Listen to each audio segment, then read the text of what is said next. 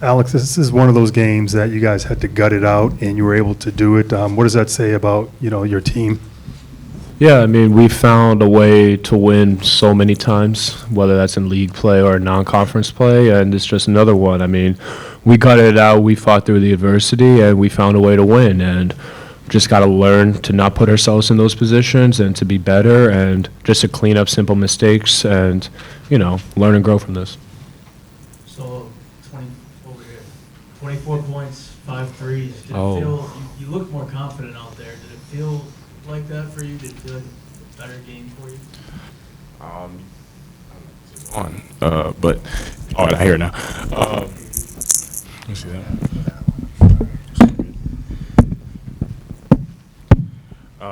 Yeah, no, it's definitely a good feeling to get out there.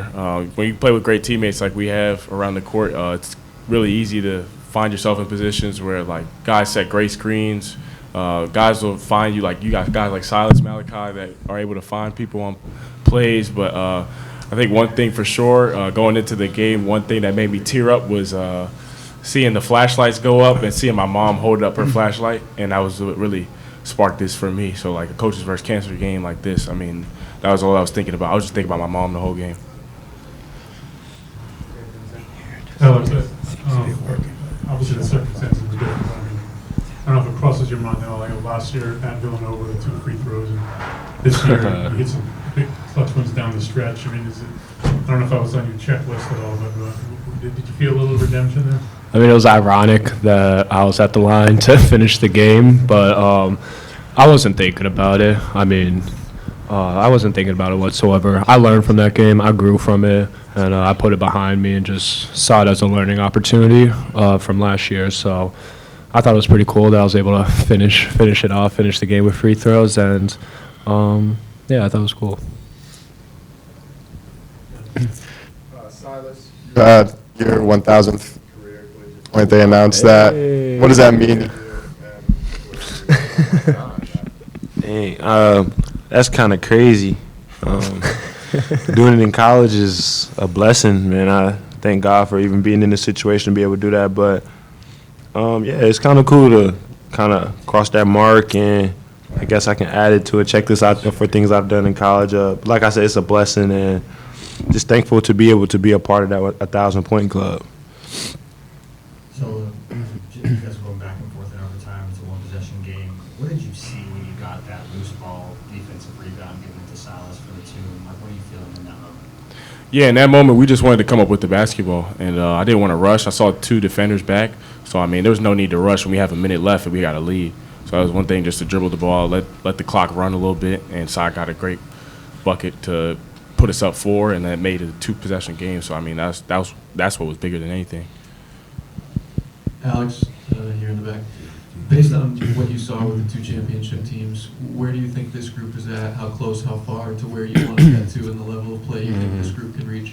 Yeah, I think we have the talent. I think we have the depth that those 2 championship teams had. I think we're not there yet. We got to get better every single day, but I definitely see the vision. I definitely see the potential and, how good this team can be when we just get better every single day. So, just like in 23, I mean, that month of January was bad, and we just got better from it. We're going to continue to learn, and that's the same thing with this year too. I mean, we're winning games, and we're just going to continue to find ways to win. But I truly believe that this team can be a championship team, and we're just going to continue to strive for that every single day.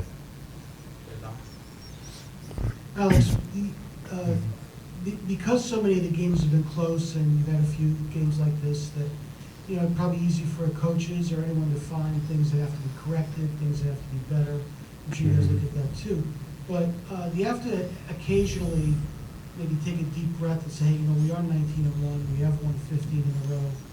We're in a good spot. I mean, do you guys have to kind of balance those two? Yeah, we want to be better, but hey, what we've done is pretty good too. No, absolutely. I mean, I think everyone in that locker room, we're not at UConn just because we're satisfied with being 19-1. We always nitpick and see what we want to do better.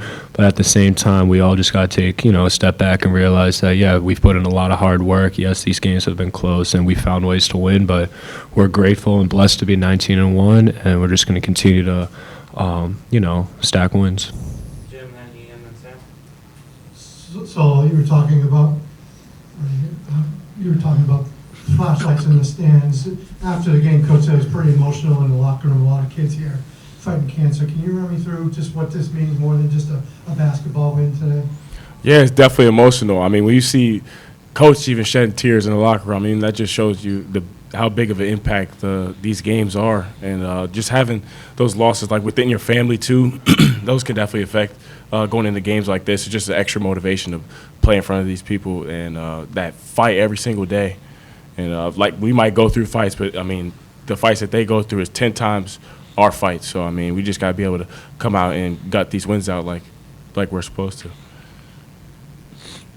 Silas, can you talk about the diving play in overtime that led to Terrace's dunk? It seemed to be a real pivotal play of overtime that really got the crowd going as well. I'll probably just say I just saw a chance for me to make a play on the ball. I think he kind of lost the ball and kind of thought I wasn't going to go after it. So I think that's a testament to just coach telling us to play hard. And like you said, it was a momentum swing for us, I think, getting that big stop. And then Terrace just dunking it, I think, got the crowd back into it. And overtime, I think we kind of fed off you guys' energy.